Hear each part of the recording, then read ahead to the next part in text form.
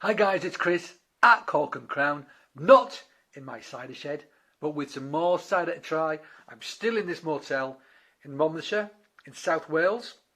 Quite a beautiful part of the world actually. And I have more cider to try. I just did a film before, then had a bath, then came back to have some more cider. Different producer, we did Artist Straw last time. Today we're going to do an old favourite, a very old favourite, and that is Ross-on-Wye, and it's a varietal I've never had before, and I was there today and I got loads of samples off Albert, and this is one of them. And the name of the varietal is Sherrington Norman. There you go. So the word Norman hints to some sort of French ancestry. It comes from France originally, one assumes. 6.5%. It's a bittersweet. There's the colour. What does it say on the bottle? Sherrington Norman is a very old French variety that was first propagated in Herefordshire by the Bulmer brothers. Today it is not widely available due to its high susceptibility to scab and its drooping growing habit, rendering it unsuitable for machine orchards. A great shame, as it produces an individual bittersweet cider of the highest quality. We treasure our 5 trees and celebrate whenever we have enough for a single variety bottling. And we celebrate that too, Albert and Mike. So let's crack it open, see what it tastes like. So, as per the last video, I have my new tasting glass, as provided by the motel. As recommended by the WSET, world-class sommeliers, and masters of wine. There you go. Let's open it. Come here. Bottle opener. Pop. Little bit of hiss. Little bit. I don't even see it. Oh yeah, there's a little bit of gas escaping. You can see that. Bit of a smoking gun. 5 grams per litre of sugar is the norm for Albert and Mike. So got there today, they were pressing dab on it, and the new belt press. Very exciting it was. Quite cool. Basically, that kit sits in the sheds all year, hardly gets used, and then they work their arses off for like a couple of months. Albert looked knackered, I'm not going to lie. It looked like a lot of hard work, but they did like their new press. Very fancy it was, and it was cool to see all those dabbing apples going into it. Let's pour this sucker out. Sort of blabbing. So again, you can't see the colour.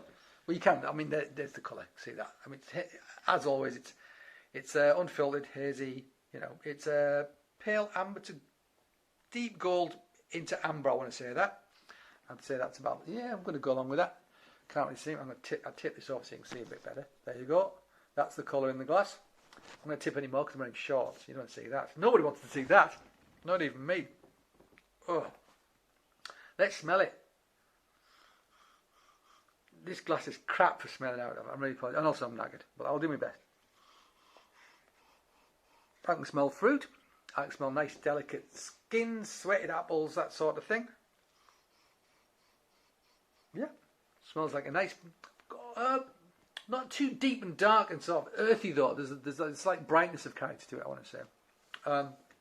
Let's give it a taste.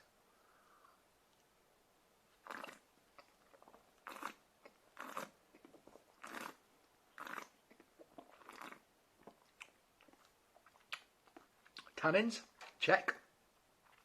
Acidity, yep, not too much. That's quite interesting actually.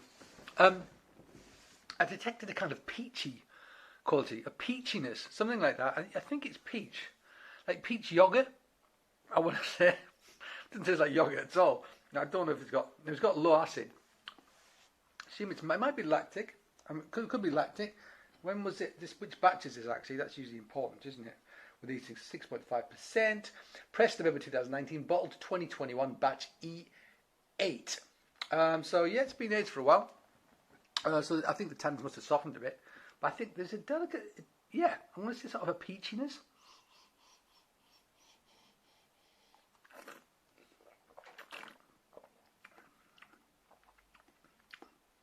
That's pretty good. It's quite light, but eminently quaffable.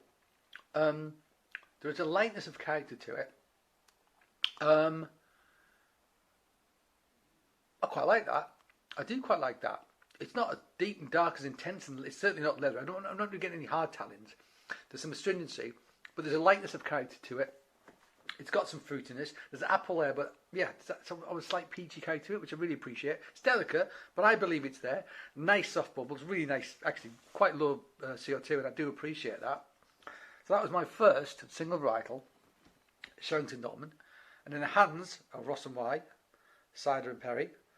It tastes darn good. Certainly this 2019 batch does. I'll be interested to try another batch in the next couple of years whenever it becomes available. So there you go. I think there's a bit of this around. You should be able to get hold of some if you have a look. I may well order some for myself and to sell. But yeah, there's probably quite a few bottles knocking about if you look in the right places. So if you're interested in these things, do yourself a favour and get yourself a bottle.